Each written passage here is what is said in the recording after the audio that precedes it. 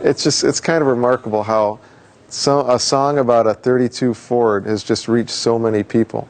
And I think that a lot of people might not know that a little Deuce Coupe is a 32 Ford, but they definitely know that that's a hot rod, and they definitely know that the car that they're singing about was the baddest set of wheels in town.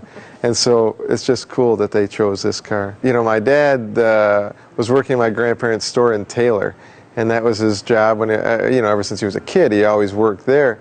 And then he started hanging out with the guys in the gas station across the street, and behind the gas station, out in the weeds, was a 32 Ford just abandoned.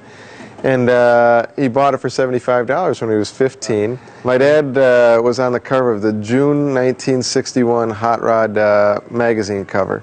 And during that photo session, they also changed the angles and everything, and it was from that session that they created the album cover shot.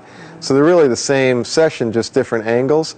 But on the album cover, you can only see my dad's hands, whereas on the magazine cover, you see my dad standing there fiddling with the carburetors. He'd spent so many years, 6 or 7 years, just constantly changing this car.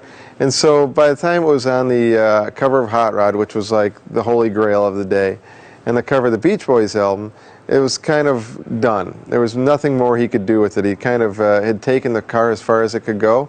And so he sold it for $5,500, complete with this awful trailer, to a car club out in Pennsylvania, and then they showed it.